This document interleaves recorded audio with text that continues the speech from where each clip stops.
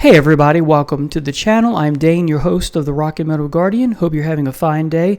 Today's topic is my top 25 favorite solo albums from artists who originally started in a band.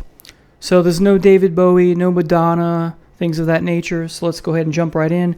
Number 25 is This Magnificent Distance by Chris Robinson, the former frontman, or actually the frontman again of the Black Crowes. And as I go through these, I will give you my favorite songs from each release. So for this release, we have Last of the Old Time, that's in parentheses, Train Robbers. This is my favorite song of the album. When I first heard it, when I first saw the album available, I was like, wow, I didn't even know, this is years ago, of course. It's like, I didn't even know he had a solo career. So I purchased it immediately. I fell in love with this album immediately. It's a very good album, perhaps great, in between maybe.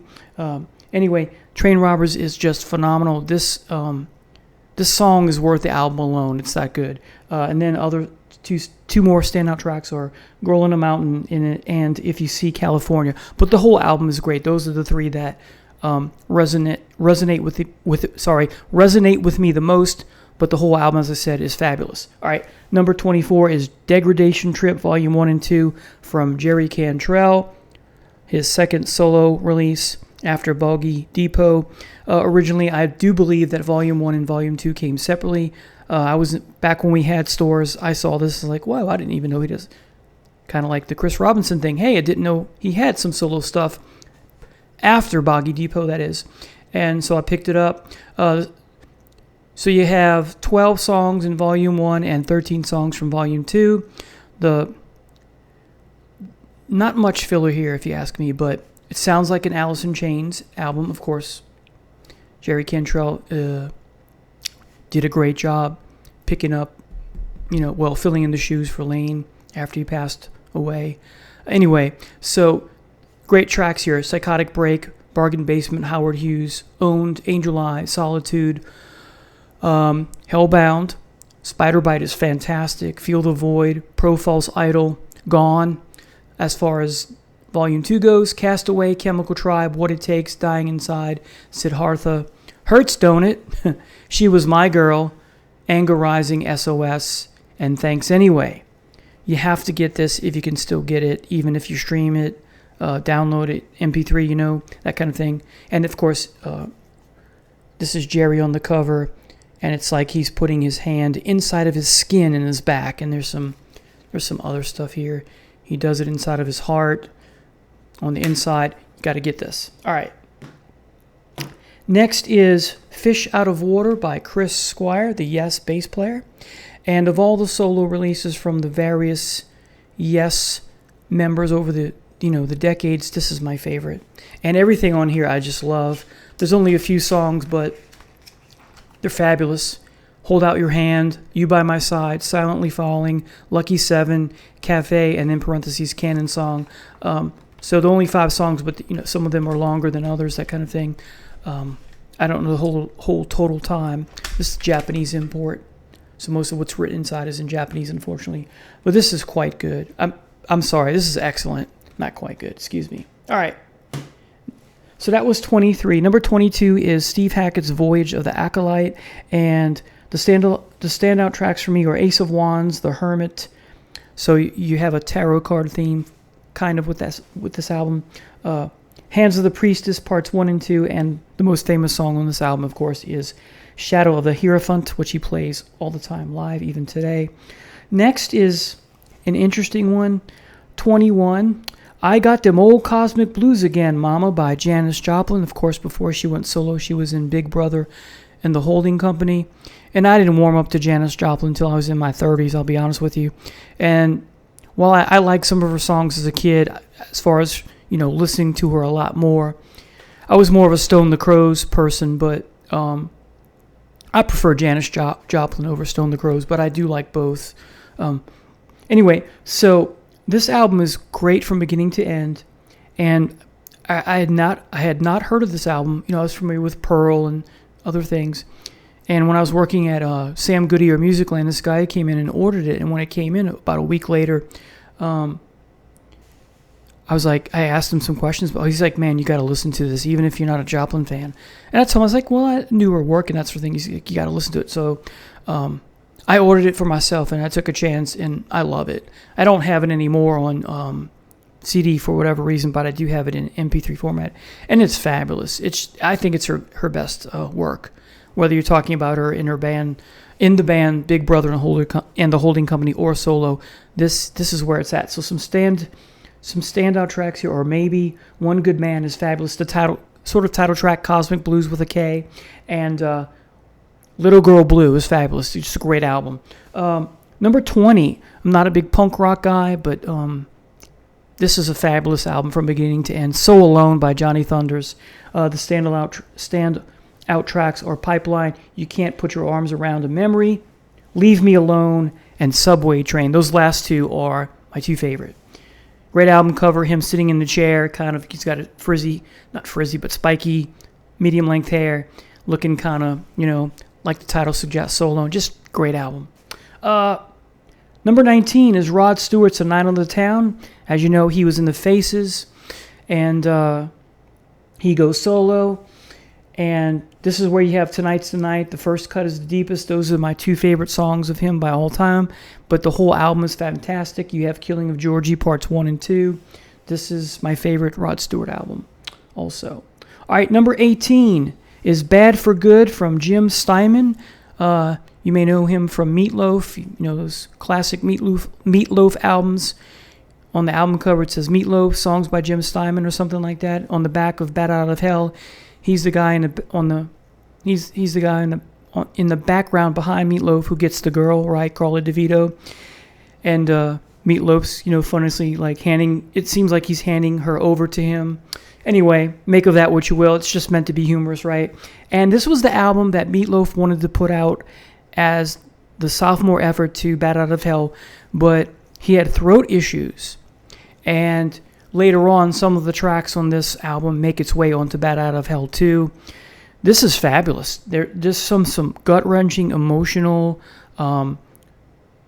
goosebumpy type songs here. And the standout tracks for me are Left in the Dark, Surf's Up is, wow, amazing. The Storm, Rock and Roll Dreams Come True, and of course the title track, Bad for Good. And like the Bat Out of Hell album, there's like a small song where there's just Jim narrating, and he's speaking to a girl. Would you offer up your throat to the wolf? And at the end, and the girl responds. So it's that kind of thing again. And it's meant to be. It was meant to be a Meatloaf album, and it comes across in the same vein as Bat Out of Hell. It's that good, really. It's not as good as Bat Out of Hell, but it's very close. I like it better than I like it better than Dead Ringer, and I even like it better than Bat Out of Hell 2. Bat Out of Hell 2. So if you're not familiar with Bad for Good by Jim Steinman, it's worth your while to check it out. The hit song on that, by the way, was Rock and Roll Dreams Come True, and that's the song, as I said, that made one of the songs that made its way. I think there are a couple more, but that's the big one that made its way back onto Bat Out of Hell 2. All right, let's see. Number 17, Resurrection from Halford, Rob Halford, his first solo effort. The title track is great. Resurrection, that is. Drive, Made in Hell, Savior, The One You Love to Hate with Bruce Dickinson, great song. So he does a duet sort of with him. If you're not familiar with Halford's solo career, I highly suggest you check it out. Some good stuff there. He does a Christmas album. Don't care for that too much, but I like the sentiment, though. All right, number 16 is Proud Words on a Dusty Shelf by Ken Hensley, formerly of Uriah Heep and Blackfoot and a few other bands, right? Cold Autumn Sunday, Black Hearted Lady, and those are the two, for me, that stand out the most. But the whole album is, he does a version of Rain that he did with Uriah Heep. The whole album is great, but those are the two that really motivate me and get me going, so to speak. So Proud Words on the Dusty Shelf by Ken Hensley. So that was 16. Number 15 is Now and Zen from Robert Plant. Tall Cool One, Heaven Knows, Ship of Fools, and Helen of Troy. Those are the 4 hits from that album. So it's very cliched, but those are the 4 songs I like the most. I don't think this is an album that's great from start to finish. There's one song which eludes me now, but there's one song that I think should have been left on the album. It just doesn't do anything for me. So Robert Plant's Now and Zen. Then number 14 is Band on the Run from Paul McCartney and Wings.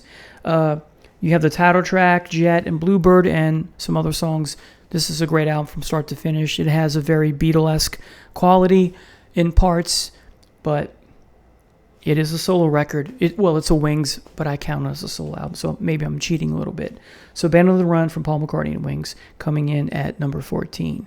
Number 13, Here Come the Warm Jets from Brian Eno. There were no standout tracks for me for this one. I like everything on here equally. It's great from beginning to end. Too bad not more of Eno's stuff would sound in a similar vein. Don't want things to be exactly the same, but too bad that he couldn't capture the magic. It's lightning in a bottle. Too bad he couldn't capture that again. All right, so Here Come the Warm Jets by Brian Eno at number 13. Number 12, getting into some heavy metal, is King Diamond's Abigail, and just a great horror story, fiction as a rock or a metal opera, right? Just a great album. The guitar playing, the twin guitar playing is just phenomenal. I've spoken about this before in a previous video. Concept albums, my top 25 concept albums, that's on that. It's great. You got to check it out if you're not familiar with King Diamond or this particular release from him. All right, number 11, Welcome to My Nightmare from Alice Cooper, his first solo album. And what can you say about Welcome to My Nightmare, the title track, Devil's Food, The Black Widow, Only Women Bleed, the hit off the album, Department of Youth, Cold Ethel, Stephen, The Awakening, and Escape. Great album, great concept album as well. All right. So that was number 11. 12 was Abigail. So now we're cracking into my top 10, and my top 10 favorite solo album from artists who were in bands originally is Ian Hunter's first album as a solo artist, the debut. Once Bitten, Twice Shy, Who Do You Love, Lounge Lizard, Boy, 3,000 Miles From Here, The Truth, The Whole Truth, Nothing But the Truth, great song. It Ain't Easy When You Fall, Shades Off, and I Get So Excited. There's that back photo I've shown before in a previous video that I've done.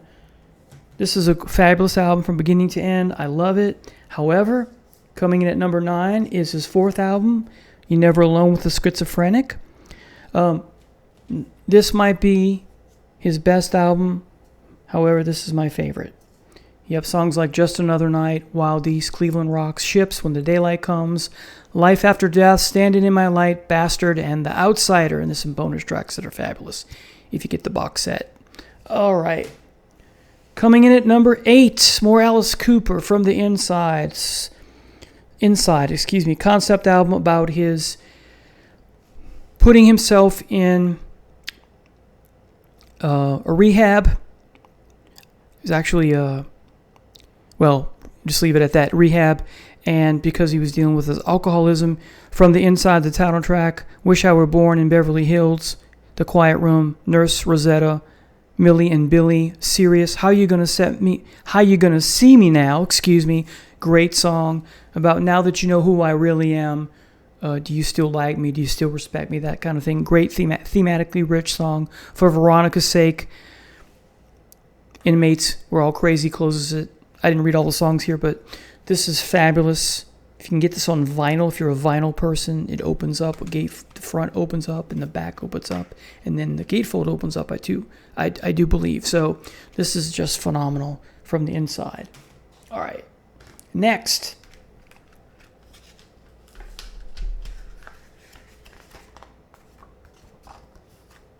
Let me get the right album cover here.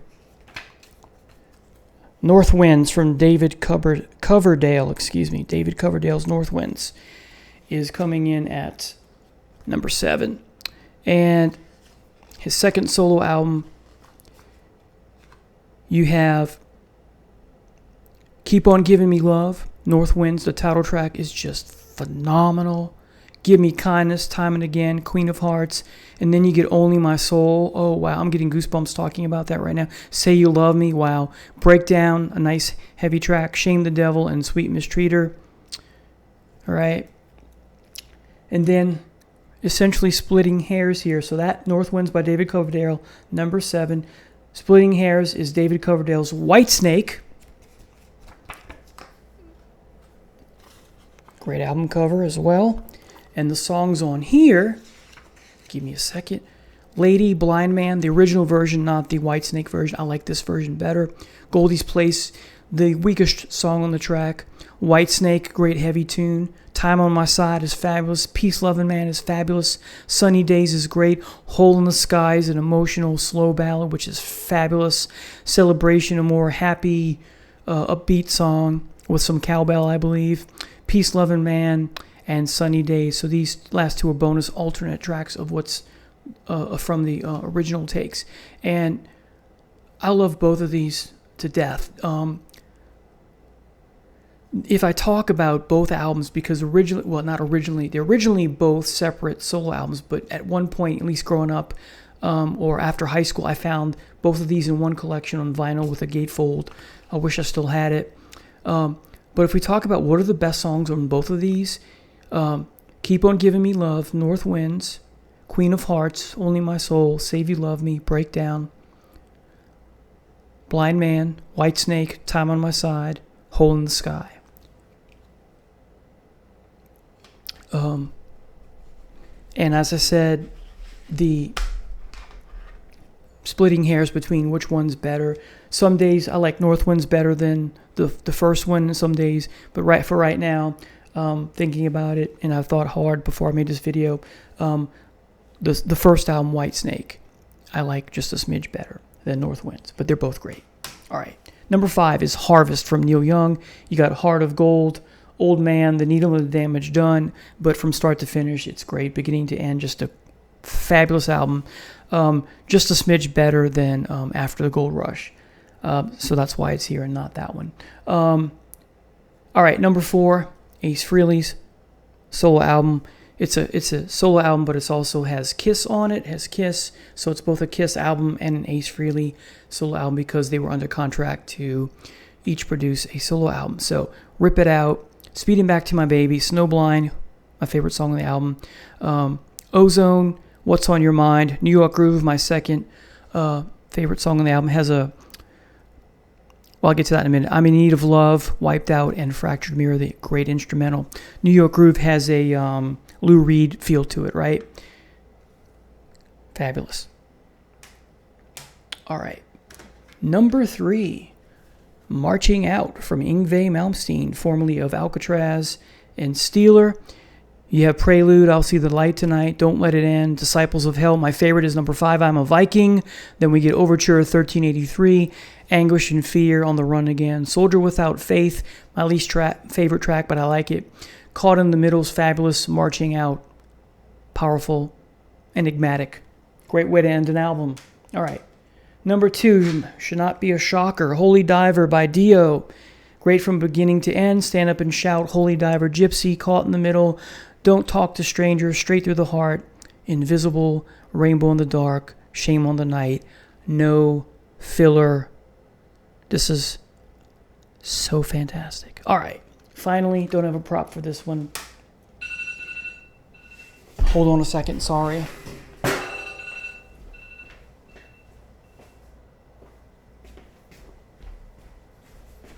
All right. Sorry about that. Finally, number 1 is Diary of a Madman by Ozzy Osbourne. And standout tracks are Over the Mountain, Flying High Again. Gee, go figure, those are the hits, right? But side 2 is my favorite. You have Little Dolls Tonight, SATO, and the title track. SATO and the title track are my 2 favorite. I flip back and forth between which one I like more.